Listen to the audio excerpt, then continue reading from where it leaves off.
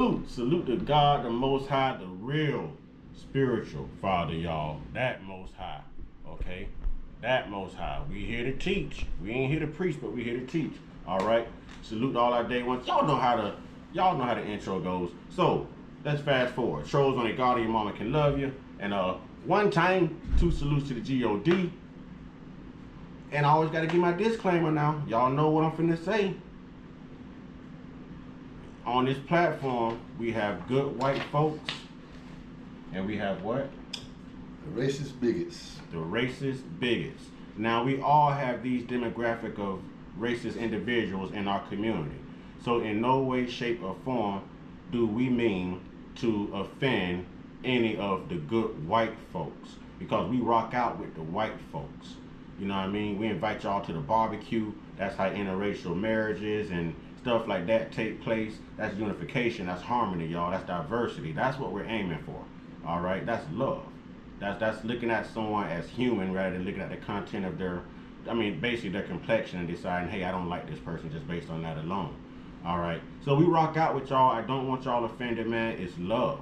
All right? But I do want y'all to stick around for entertainment, because we are known to be a fool. Now, we do address those racist white folks in y'all community. Or not white folks. I'm sorry to the good white folks, the good white kings and queens, the good white brothers and sisters, because y'all will never believe this, pass this on, stoop this low, preach this bigotry, be out here with this hateful rhetoric. Y'all wouldn't be doing things like this. You wouldn't be oppressing people, okay? So it's the white, racist white people we're talking about. I like to give examples.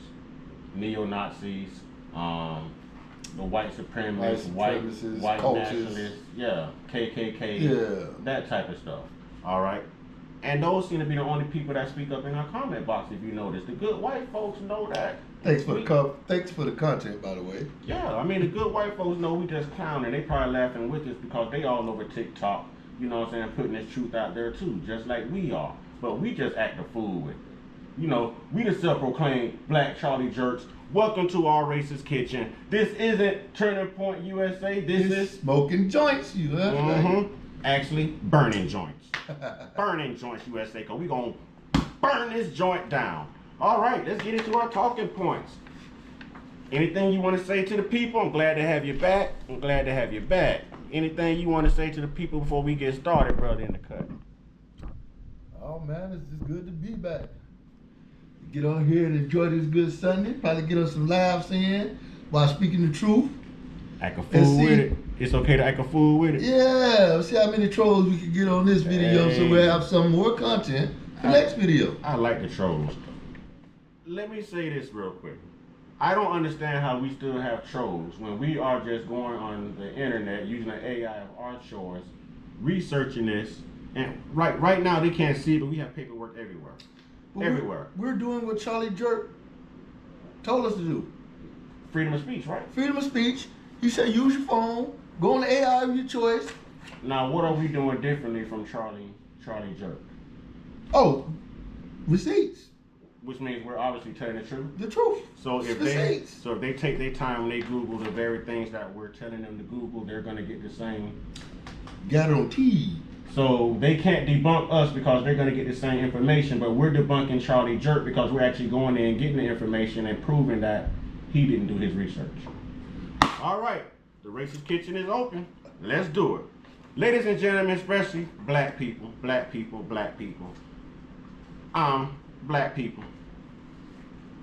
Black community, foundational black Americans, now is the time. And I can't apologize for doing this, and I won't apologize because this needs to be done. And we're the ones to do it. Yeah. Every video here lately, I've been preaching the Council of Nicaea 325 AD. The Council of Nicaea 325 AD. And I don't expect people to go do this research or that homework. That's why they have us. Yeah. What's in front of us, brother? The Council of Nicaea 325 AD. Receipts. So if you Google it, you're going to agree with this. You're not going to be able to debunk it. Okay. You want to start or you want me to start? The Council of Nicaea 325 AD was first in Ecumencio. Yeah, Ecumenical Council of the Christian Church, convened by Roman Emperor Constantine the Great. Constantine the Great. To address the heresy of Arianism. The council's main achievements were. Wait a minute. Arianism. Yeah. The Aryan nation. There you go. Yeah. Okay. It says the council's main achievements were creation of the Nicene Creed, the Nicene Creed, which established that Jesus Christ is consubstantial of the same substance with God the Father, and the establishment of a unified date for celebrating Easter. What they just told us was they wrote Jesus in. That was Jesus' birthday. Yeah. 325 AD. Because they go before that, they'll see that was Serapis Christos. Then it gets into the first European pharaoh to rule in Egypt. You see what I'm saying? Oh, I'm you better than me on this Bible verse. Bro. I'm well. Listen. I am well groomed in this. That's why they say I get unraveled. I fly off the hinge. I need counseling. What they hear from me is passion. Plus, I'm a clown. I'm gonna clown you. Well, preach on, brother. Okay. Everybody can learn something. Now, here we go. So basically what they're saying is they called a meeting. It was like 358 something bishops. All right. There was pastors, there was bishops, there was everybody. And they were trying to say that Serapis Christos, the statue that he built, y'all can go Google Serapis Christos. Christos only means anointed one. Okay. Go Google it. The reason that they changed it from Serapis Christos is because the black people were getting irate about those black Egyptians were getting irate about having to praise a European pharaoh, a statue that was built out of aluminum and metal. Y'all go look it up because he wore thorns on his head as well. Y'all go look it up, all right? So they met during the Council of Nicaea 325 AD saying, hey man, and this would have been Arius Alexander, if I remember correctly. His name was Arius Alexander, who went before the people saying like, hey, this isn't a divine entity. This is made up. So in order to keep the people from basically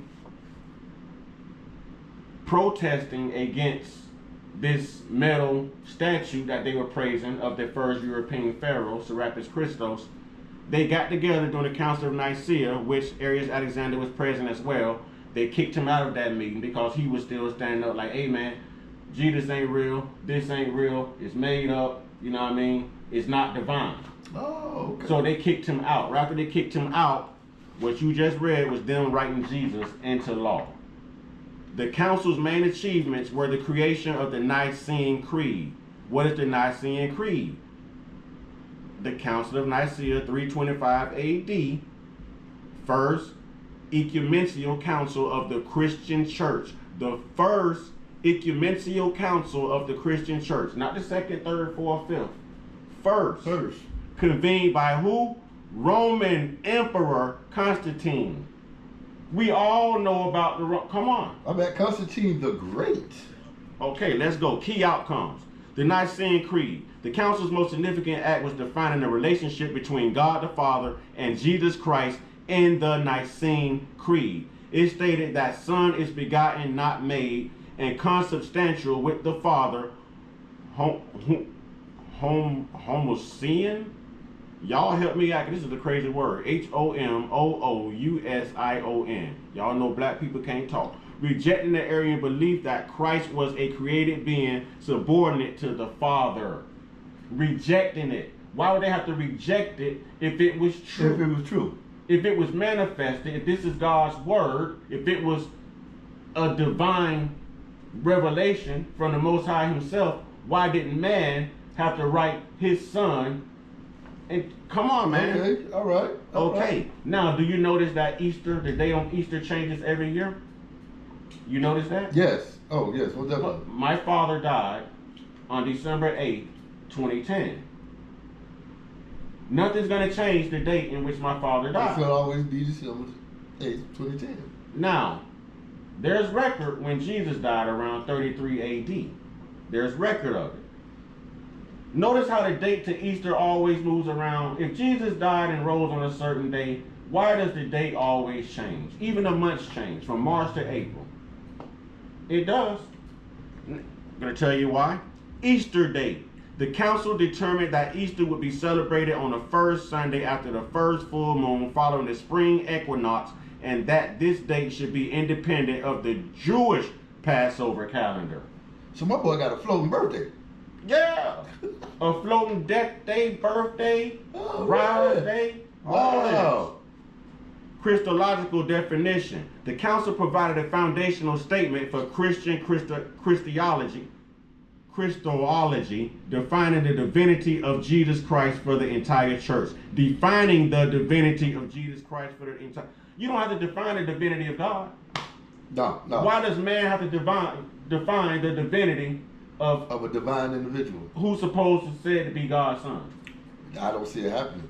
I never met God's wife or baby mama either, but I'm just saying.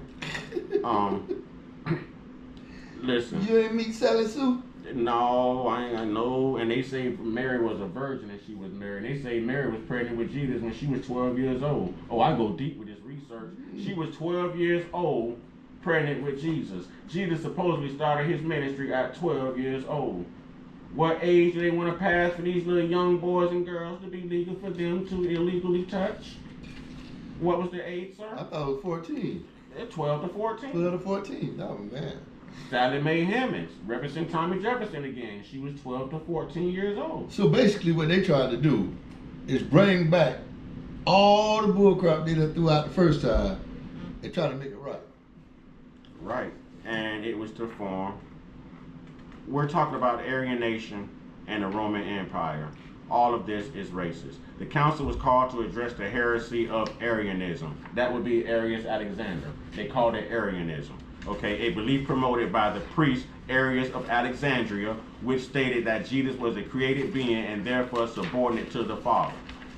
Constantine's role. The emperor convened the council because the Arian dispute was causing a significant schism and undermining the unity of the empire, which he wanted to maintain. Bishops in attendance. The council was a large gathering of bishops at approximately 318 bishops attending. I said 358, but 318. You know what I mean? So everybody was a bishop?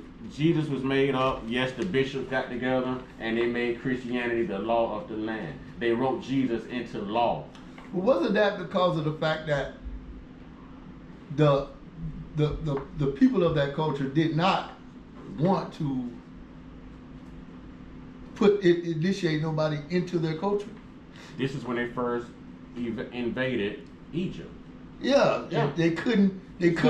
They had to implant themselves as gods. Right. So you want black. Right then was the start of colonialism, because their main goal was to stop those tribal black people from believing in whatever they were believing in, which is said to be herbal medicines, the universe, the stars, the sun, rain, stuff like that. You know what I mean?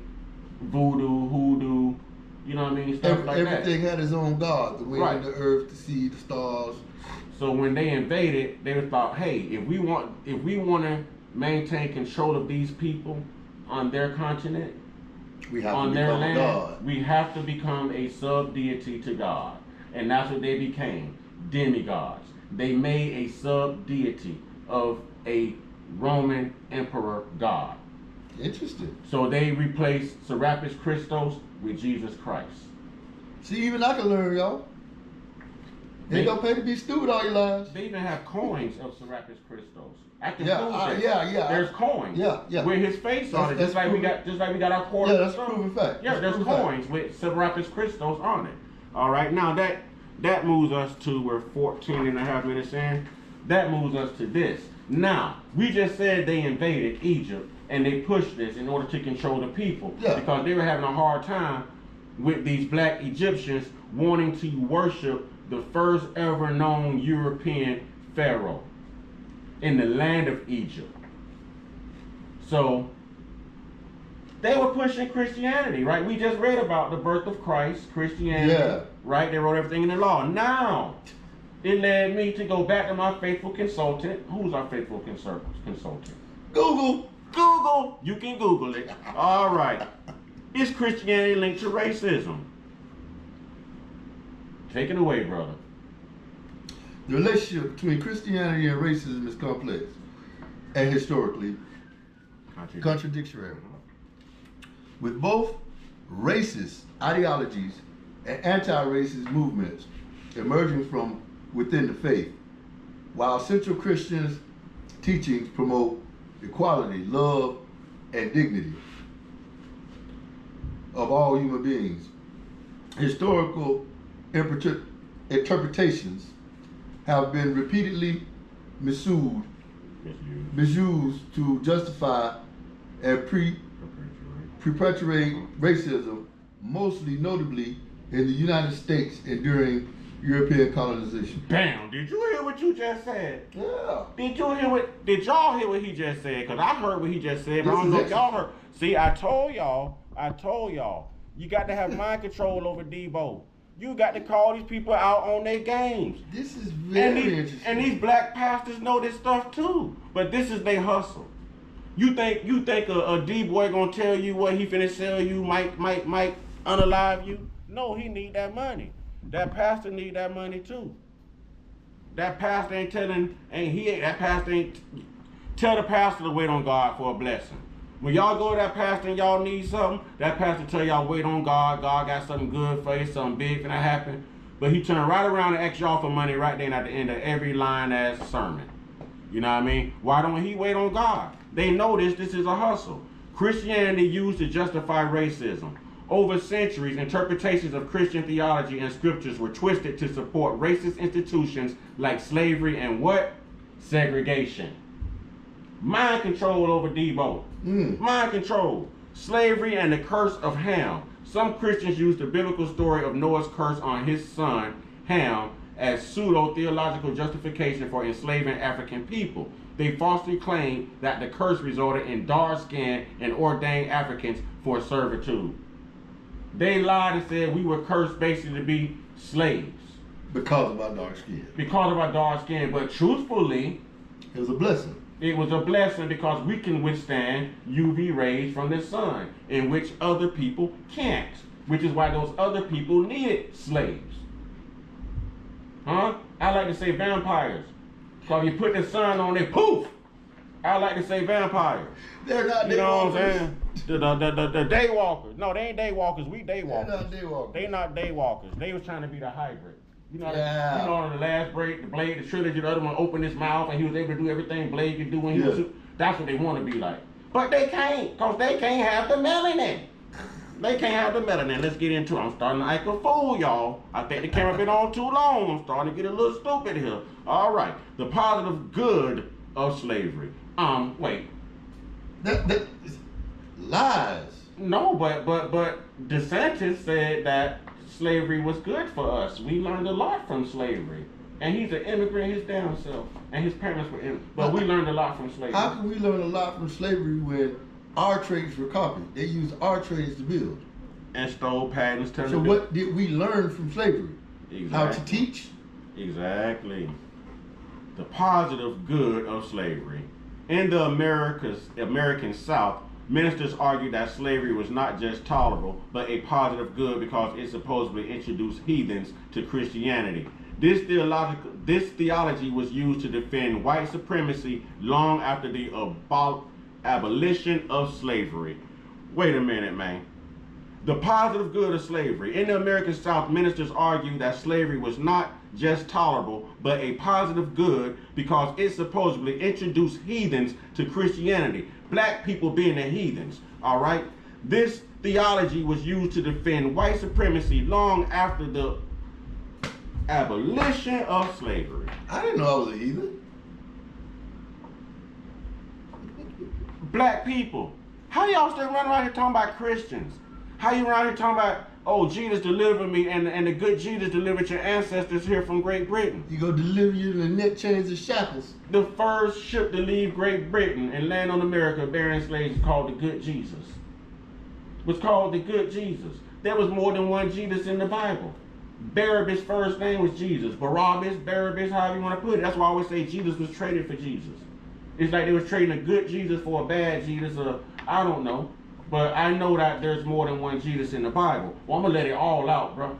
I don't care who feelings it hurt. The truth is the truth. All right? Christian nationalism and white supremacy. Christian nationalism. Why does nationalism follow the word Christian? Because nationalism is being used just like colonization right now. And white supremacy. In the U.S., elements of racist ideology have long been rooted in white Christianity, and figures like Ku Klux Klan members even use Protestant theology to justify their white supremacist ideology. What is the white supremacist ideology? Christianity. Blonde hair, blue eyes. Colonialism. European colonizers used Christianity as a justification for their subjugation and exploitation of native populations around the world. In some cases, this led to the forced conversion of indigenous peoples and the extermination of those who resisted. Didn't I tell them that they were off with their heads? Did you hear it said indigenous people? Those were us, the copper colored people. That was us, the tribal people. America created black and white. Africans don't call themselves black. They identify by tribe. They identify by tribe. But look what it says, bro. European colonizers used Christianity as a justification for their subjugation and exploitation of native populations around the world. In some cases, this led to the forced conversion of indigenous peoples. Forced conversion. If you don't convert to Christianity, what happens? An extermination of those who resisted. Those who resisted. But love everybody, right? Equity, right? God, right? And I tell y'all about that God in the Bible. I tell y'all about that God in the Bible. The Civil Rights Movement. In the U.S., black churches and figures like Martin Luther King Jr., a Baptist minister, were at the heart of the fight against segregation and systemic racism. They used the biblical narrative of Exodus to frame their struggle for liberation, rejecting interpretations that affirm slavery. See, they rejected it. They rejected it. Just because you reject it don't mean it's not there. It doesn't mean it's not there. It's just sweeping it under the rug. If you had me, I don't like tomatoes. If you had me a salad right now and there were tomatoes chopped up in that salad, I'm going to reject that salad. But me rejecting that salad doesn't mean the tomatoes ain't in it. You see what I'm saying? It's in there. So Martin Luther King, sorry, I view him as being kind of weak.